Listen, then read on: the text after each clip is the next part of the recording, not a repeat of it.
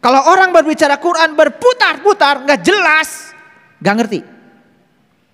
Karena ciri orang yang mengerti itu lugas, jelas, cerdas, tangkas, mudah dimengerti. Ini baru bahasa syariat loh, belum bahasa hakikat. Kalau ingin bahasa hakikatnya ya masuk dulu ke dalam gua. Saya bimbing kalau mau. Saya ilmuwan. Kalau saya ngomong pasti saya bisa membuktikan. Ini bukan ilmu katanya. Bukan zon seperti kebanyakan orang, bukan. Lanjut dulu. Sesungguhnya mereka siapa? Adalah pemuda-pemuda yang beriman kepada Tuhan mereka. Dan kami tambah pula untuk mereka petunjuk. Wazidnahum huda. Ya udah, karena dia itu sudah terbuka penglihatan kalbunya kepada Tuhan, maka setiap kali dia masuk ke dalam diri, yang dia jumpai adalah Tuhan, bagaimana tidak bertambah imannya? Karena setiap berjumpa dengan dia, hudanya bertambah. Masuk akal? Oke, lanjut dulu ayat 14. Dan kami meneguhkan kalbu mereka. Warobatna ala kulubihim. Kami meneguhkan kalbu mereka, bukan hati. Hati dengan kalbu beda. Awas, jangan kecele. Hati bahasa Arabnya qobid, kibdah. Ini bukan cerita qobid, bukan cerita kibdah, cerita kalbu. Kami teguhkan kalbu mereka di waktu mereka berdiri. Lalu mereka pun bertanya, Tuhan kami adalah Tuhan langit dan bumi.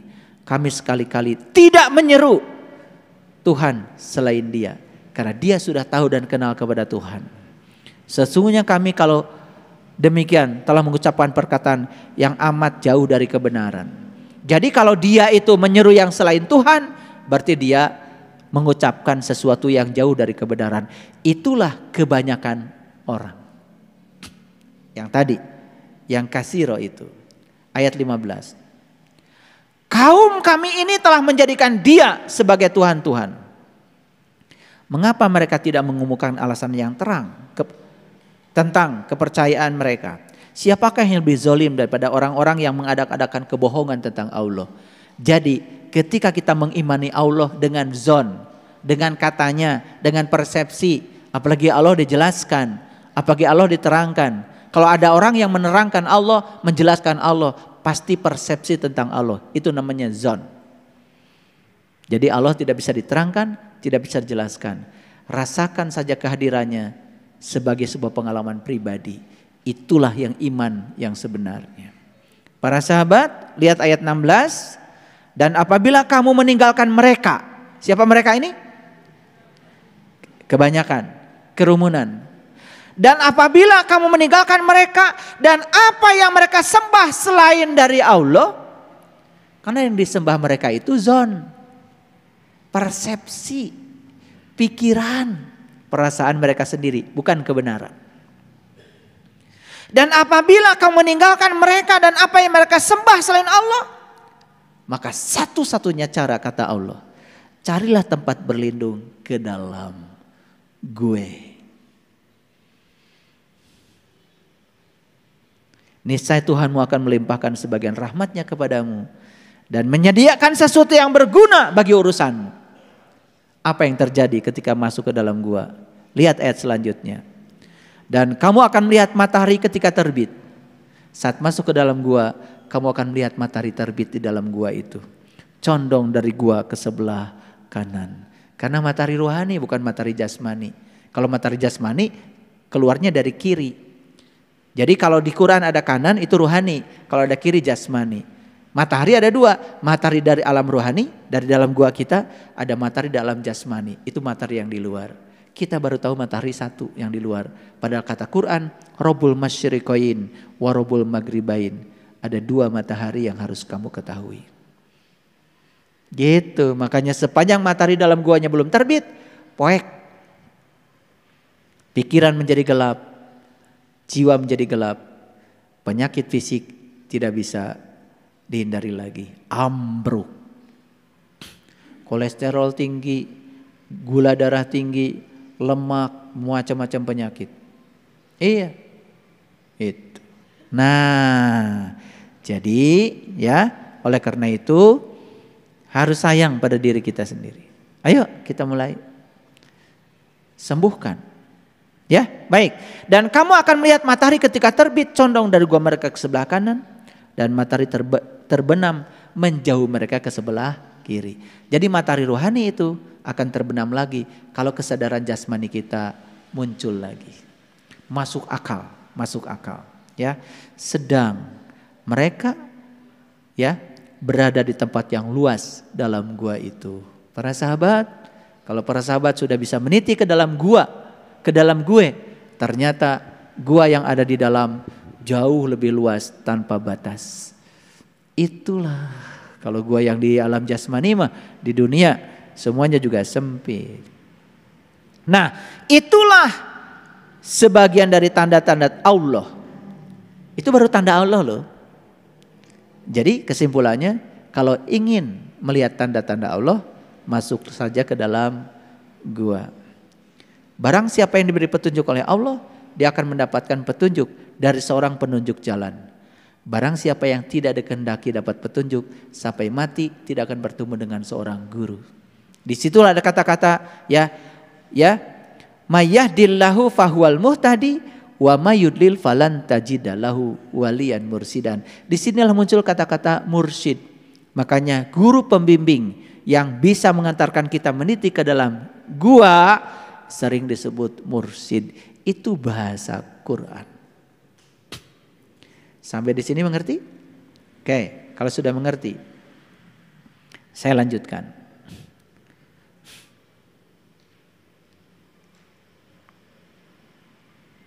Saya kasih tahu sekarang. Semua orang yang telah mencapai apapun yang berharga di kehidupan ini, karena mereka memiliki keberanian untuk menjadi orang asing. Setuju? Ayo. Thomas Alva Edison menjadi berharga karena menciptakan listrik. Dia keluar dari kerumunan banyak orang. Bahkan sempat tidak naik kelas. Disebut idiot, disebut gila. Bahkan Nabi Muhammad di zamannya ketika meninggalkan kerumunan, beliau pun disebut gila. Betul? Ulangi lagi.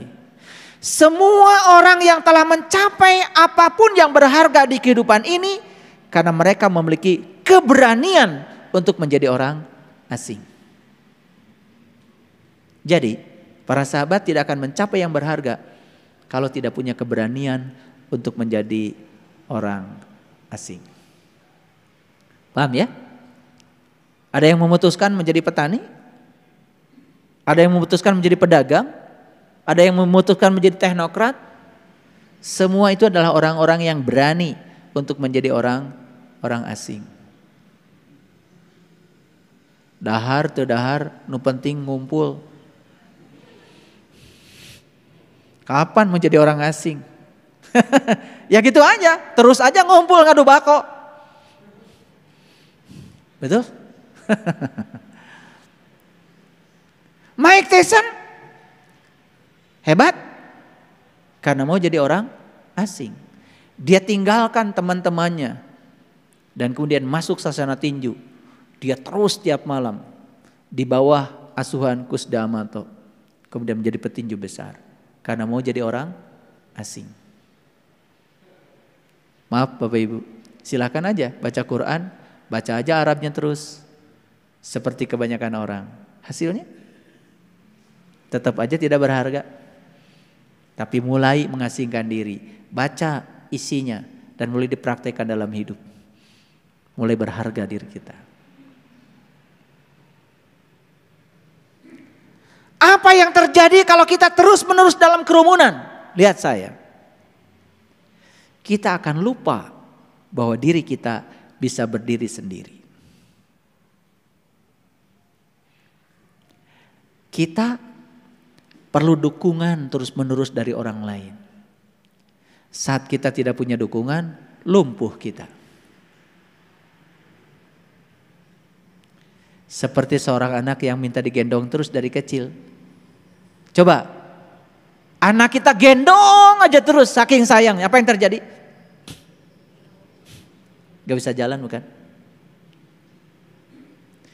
Kalau kita terus-menerus dalam kerumunan, satu catat, kita akan lupa bahwa diri kita ini sebetulnya berpotensi bisa menjadi diri sendiri. Bahkan bisa berdiri di atas kaki sendiri.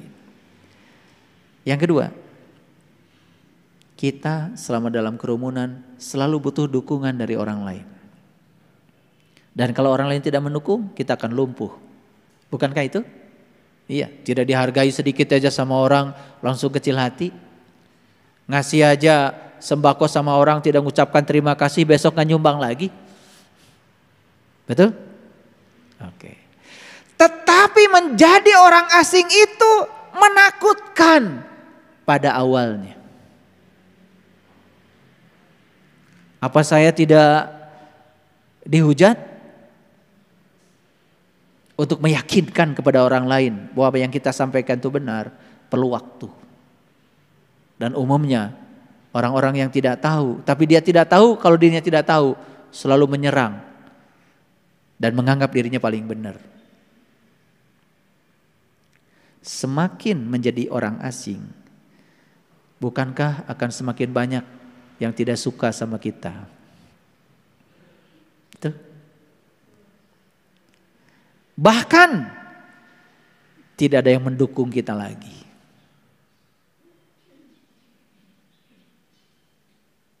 Banyak yang nawarin ceramah sama saya.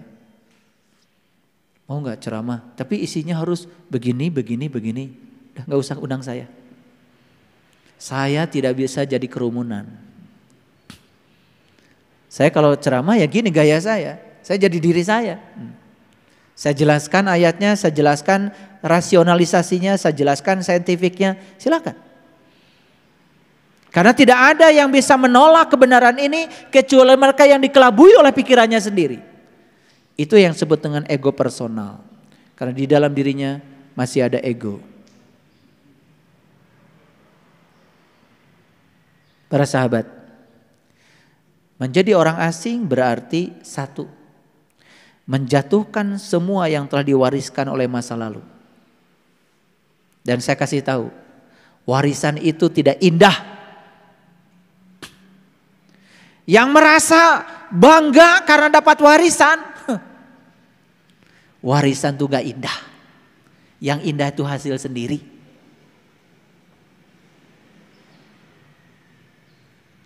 Makanya saya datang ke Bandung ini cuman punya baju satu, kemeja satu, sisanya bungkus Indomie, celana kolor aja.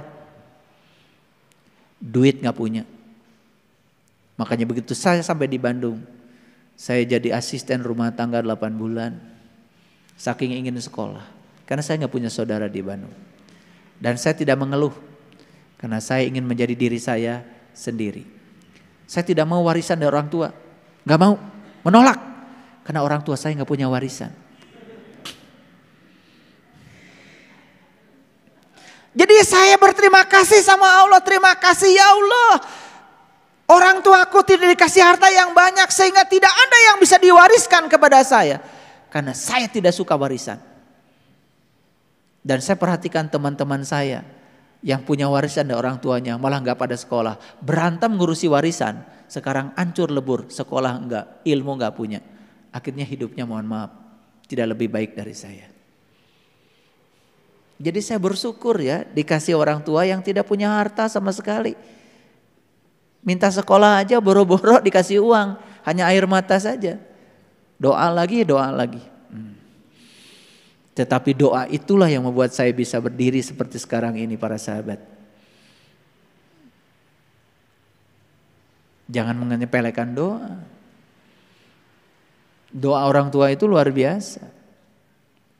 Maka ini saya kasih tahu nih para pemuda yang suka ngurusi warisan, pengen warisan.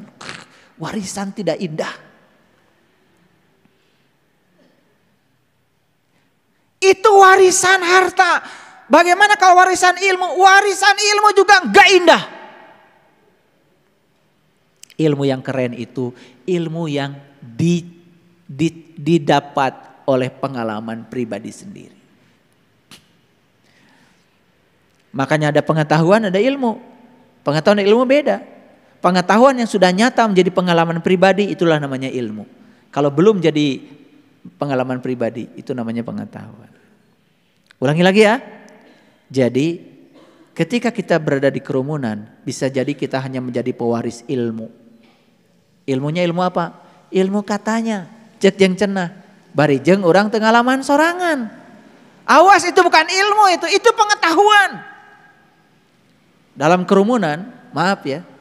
Oh dulu ada pemuda yang masuk ke dalam gua dulu.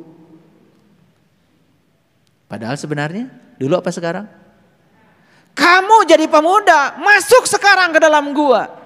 Jangan mau mengikuti kebanyakan orang. Mengasingkan diri dari kerumunan. Keren? Tuh, satu.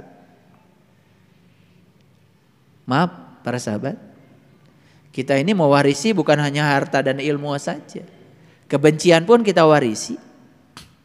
Maaf ya. Karena ada orang tua yang bilang ini.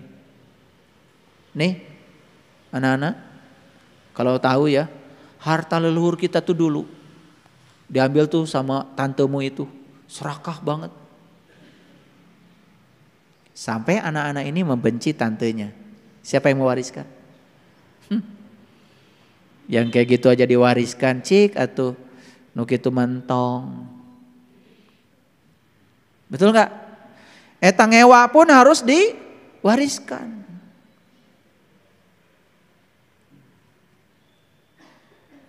Jadi sesuatu yang bernilai itu didapat oleh pengalaman sendiri. Setuju? Kita mengira bahwa pengetahuan itu bisa didapat dari orang lain. Dulu. Kita mengira bahwa kita bisa menjadi bijak dengan nasihat dari orang lain. Dulu. Kita mengira bahwa kita bisa menjadi religius dengan percaya kepada orang lain. Dulu. Sekarang kita patahkan semua. Ternyata ilmu yang sebenarnya yang didapat dari penyelaman pada diri sendiri. Kebijaksanaan yang sebenarnya didapat dari hasil menyelami pengalaman diri sendiri. Bukan nasihat dari orang lain. Jadi nggak usah kalian terlalu banyak membaca kata-kata bijak dari orang. Nggak akan bikin kita jadi bijak kok. Paling ngapalin kata-kata bijak. Nah orang-orang yang suka ngapalin kata-kata bijak itu belum tentu bijak. Pura-pura bijak. Makanya kalau ada kata-kata bijak jangan di-share dulu. Kalau belum dialami oleh kamu.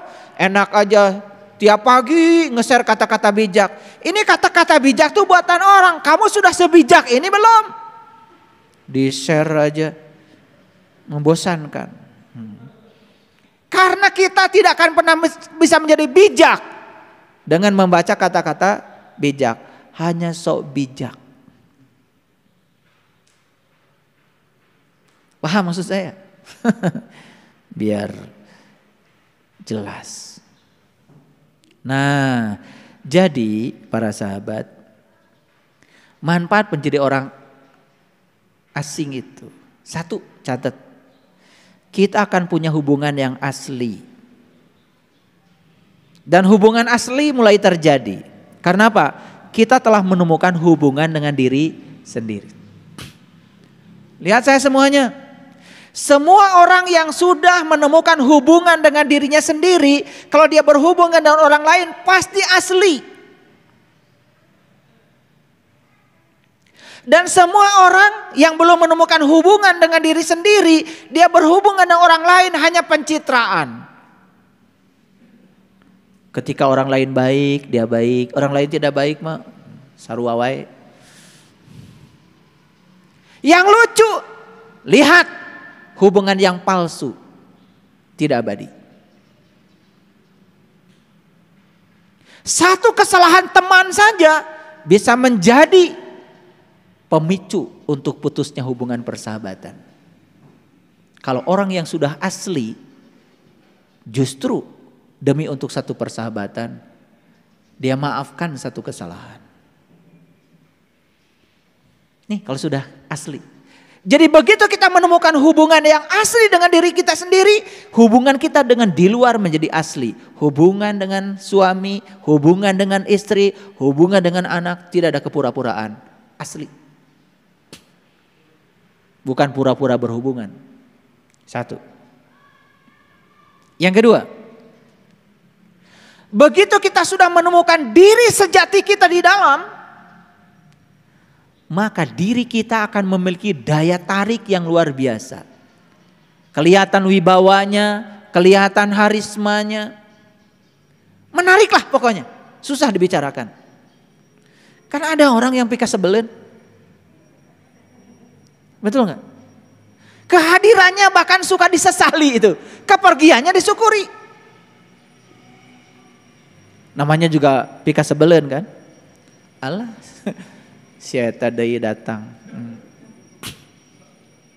Tukang mungkus. Mawa matara mungkus. Si eta. Pika sebelen.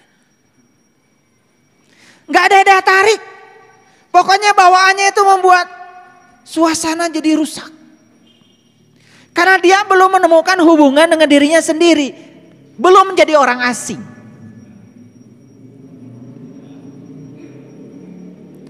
Dan biasanya orang yang tidak asli hubungan dengan dirinya sendiri hampa.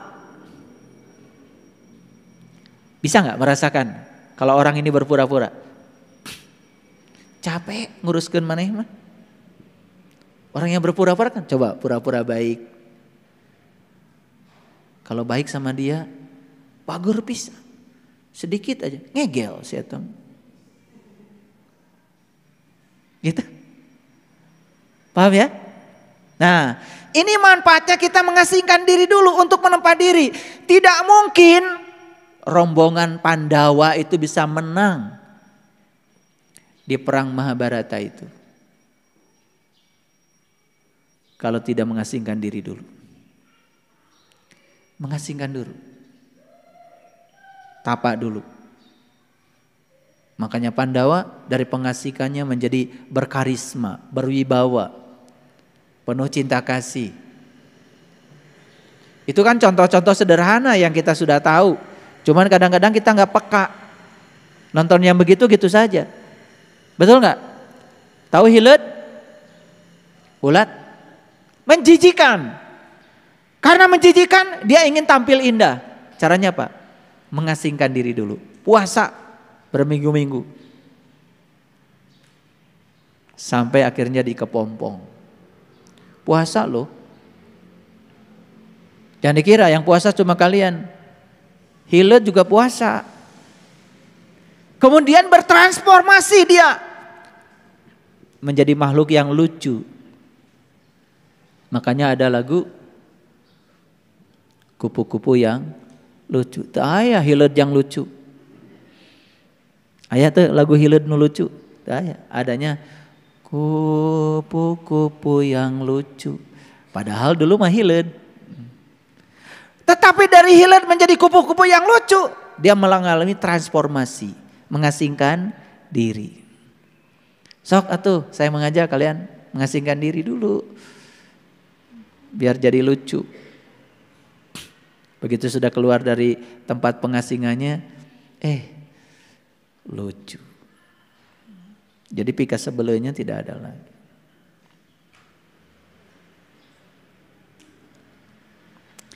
Nah, orang yang sudah menemukan hubungan dengan dirinya sendiri, perhatikan saya. Dia mampu menciptakan hubungan dengan orang lain yang saling memuaskan. Dan umumnya orang yang hubungan dengan orang lain saling menghancurkan, itu karena dia belum menemukan jati dirinya. Soklah kalau gak percaya omongan saya. Berhubungan dengan orang yang penuh dengan pencitraan. Belum bertemu dengan jati dirinya. Hubungan dengan dia pasti tidak akan saling memuaskan. Yang ada malah justru saling menghancurkan.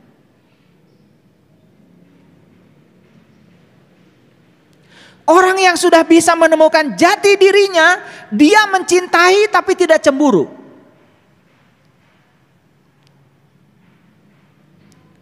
Awas. Gak apa-apa, cemburu tanda cinta. Bohong. Yang masih cemburu tidak mencintai. Ini cemburu dalam dimensi yang sangat luas. Orang yang tidak punya cinta bukan sekedar cemburu, malah iri hati. Betul nggak? Puas ketika melihat orang lain jatuh. Senang ketika melihat orang lain runtuh. Dan dia tidak bahagia ketika melihat orang lain sukses. Ini orang gak punya cinta nih. Karena belum menemukan hubungan dengan dirinya sendiri. Jadi siapapun yang sudah menemukan hubungan asli dengan dirinya sendiri, dia akan mencintai tapi tidak cemburu.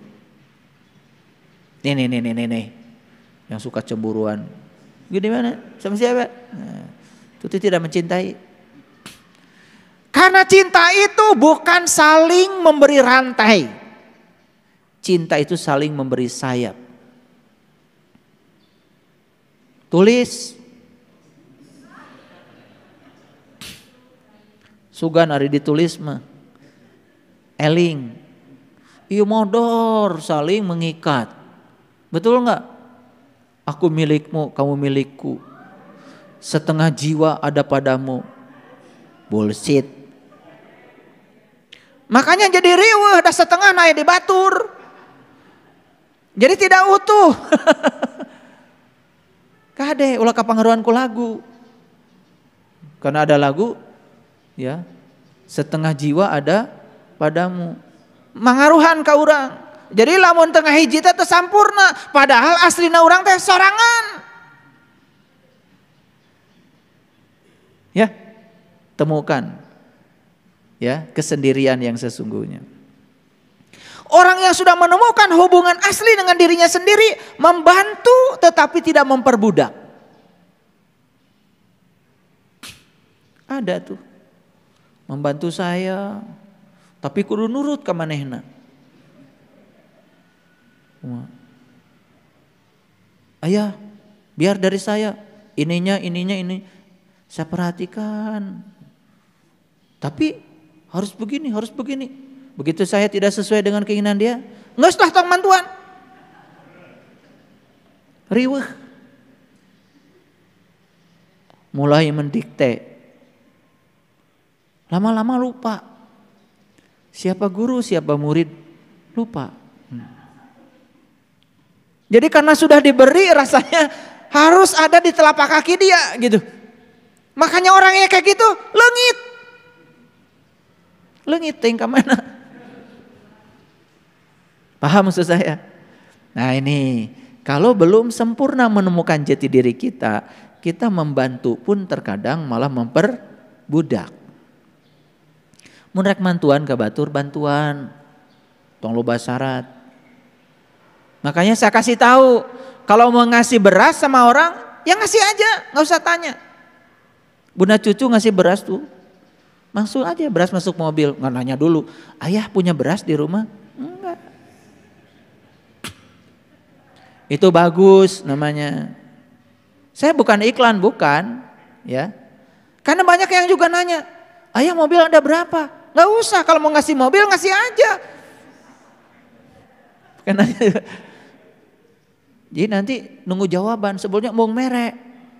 Kan udah banyak, paling juga begitu, betul nggak? Ari moal mere mentong atau mengenanya segala. Kalau mau ngongkosin orang jangan tanya punya ongkos. Ngasih aja. Gak apa-apa. Karena nilai kita tuh pemberiannya bukan orang ini tepat atau tidak untuk diberi. Kalau udah ngasih aja, urusan kita selesai kok. Paham? Kadang-kadang kita mencari alasan untuk tidak memberi. Ya. Saya negur anak saya. Jadi ada saudara saya nggak punya HP. Karena saya sibuk, udah saya ngasih uang sama dia. Tolong belikan HP. Buat siapa ayah? Nah namanya anak belum seperti kita pikirannya. Mikir, kok dibeliin HP? Itu kan keluarganya berada. Nah udah mulai itu, budak mah. Kata saya mau ngasih aja. Kalau keluarganya berada, buat apa? Adapun kalau dia nggak punya HP, berarti merhatikan kurang bere karunya. Ngerti maksud saya? Itu.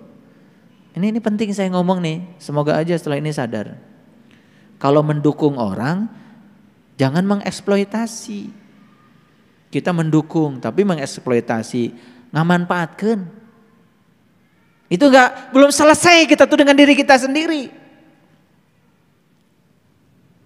Makanya cinta, keramahan, pemahaman, itulah intisari dari kebenaran. Itu hanya terjadi pada orang yang sudah berhubungan dengan diri aslinya. Paham para sahabat?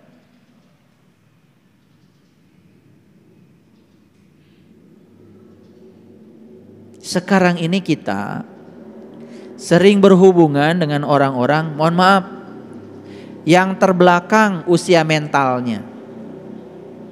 Geus kolot tapi bubudakeun. Itu namanya terbelakang usia mentalnya. Tidak layak disebut orang dewasa. Kita pun berhubungan dengan orang-orang yang berpura-pura hebat, padahal enggak. Lebih parah lagi sekarang ini banyak sekali orang yang terbelakang kejiwaannya. Kalau yang tadi mentalnya, terbelakang kejiwaannya. Mengapa? Satu, karena dia masih jadi diri palsu. Belum bisa menemukan diri aslinya.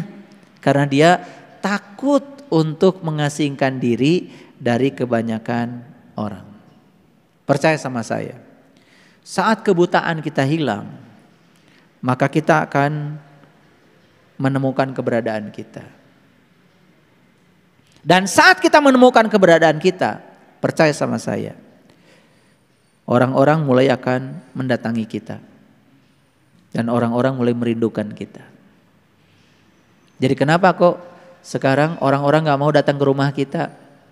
Kenapa orang tidak rindu kepada kita? Tanya aja dirimu sendiri. Karena masih ada ketertutupan antara kamu dengan diri sejatimu.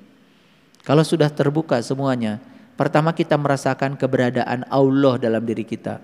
Selanjutnya, keberadaan Allah pada diri kita sudah cukup membuat kita menjadi magnet yang menarik orang lain untuk rindu kepada kita. Jadi kalau kita tidak dirindukan oleh orang, sebetulnya karena kita belum lucu. Alias pika sebelin. Jadi Quran sudah mengajarkan kepada kita untuk menjadi orang asing. Beranilah menjadi orang asing. Putuskan saat ini, di sini, sekarang. Justru ketika kita berhasil menjadi orang asing dan kita menempa diri, kita bukan orang asing lagi di kehidupan masyarakat. Kenapa? Kita siap menerima mereka apa adanya. Kita siap menerima perbedaan apapun. Lihat orang-orang sudah mencapai kebijaksanaan. Begitu turun ke masyarakat, dia tidak terjebak oleh salah benar, tidak terjebak oleh baik buruk. Dia terima semua kenyataan apa adanya. Itulah inti dari spiritual. Para sahabat, semoga yang saya bicarakan hari ini ya membuat kita semakin kokoh. Kalau kita menjadi orang asing, gak usah takut. Karena syarat untuk bisa diterima dalam kehidupan, menjadi orang yang penuh welas asih, syarat utama adalah kita harus menemukan jati diri kita sendiri. Dan untuk menemukan jati diri kita, kita harus keluar dari kerumunan.